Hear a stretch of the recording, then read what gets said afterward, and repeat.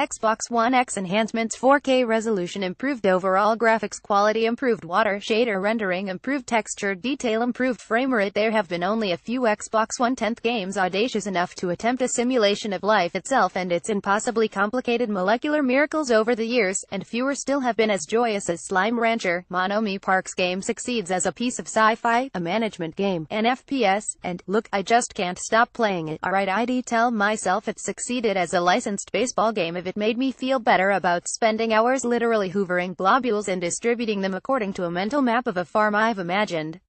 The best Xbox One X bundles and deals. The best Xbox One X enhanced games despite its color palette and abundance of smiling faces, though, it's not all plain sailing. Intentionally or not, Slime Rancher pokes and prods at my ideology about meat eating and industrialized farming techniques.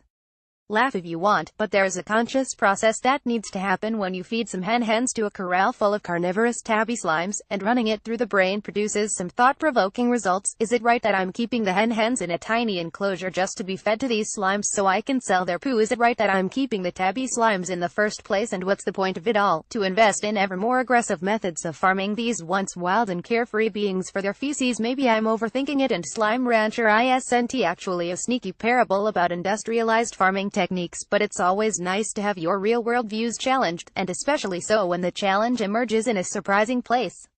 Without ever truly admitting it to myself, I persevere with what I imagine to be a kinder, environmentally friendly slime ranch.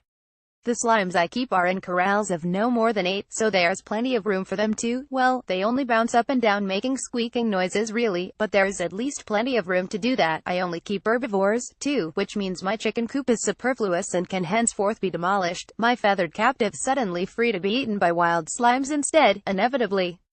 The tabby slimes who've been subsisting on a diet of battery hens, and I don't feel great about this part, get sucked up into my vacuum gun and spat out again as kindly and benevolently as I can manage in a nearby wood.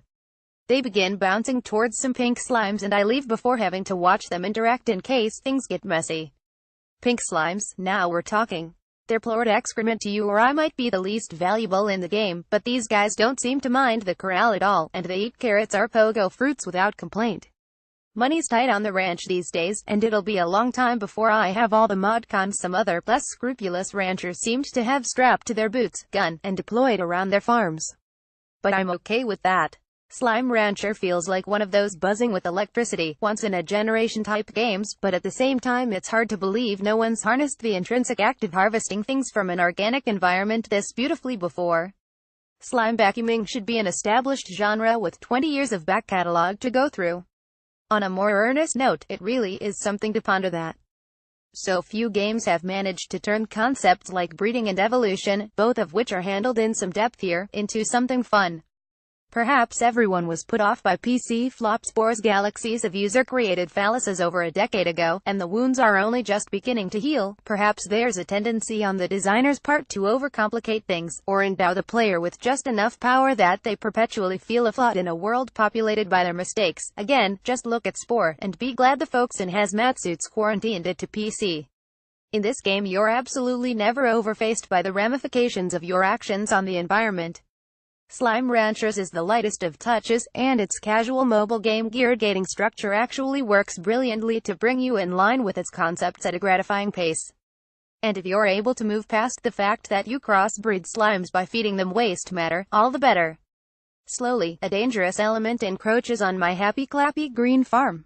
A dark, oily slime, bigger than the others and carrying a menacing frown, keeps appearing just outside the confines of my estate, and at first I don't know anything about it other than the fact it hurts me on sight. The tar, I eventually learn, are created when a largo, a crossbreed of two slime types, eats the plort of a slime whom it is not a crossbreed of. While I reflect on the fact my chosen career requires me to type a sentence like that, think about how much work must have gone under the hood for this ecosystem to work. Well done indeed, Monomi Park. But, like the creations of A.M. Night Shyamalan thriller, the tar are unusually susceptible to water. Spending a few of my hard-earned new bucks on a water tank upgrade for my backpack keeps my tiny utopia safe, for now. Currently safeguarding the ranch from this threat is the excuse I'm using to justify my frankly silly devotion to this game. In my heart, I know there'll be another justification ready and waiting when I've solved that problem. Perhaps a new garden, or a ranch expansion, or a particularly pricey upgrade. Thinking about it, it's probably just as well that games like this don't come along all that often. I can feel my social skills eroding, my deathly pallor intensifying, and the words plort and largo sounding like common parlance.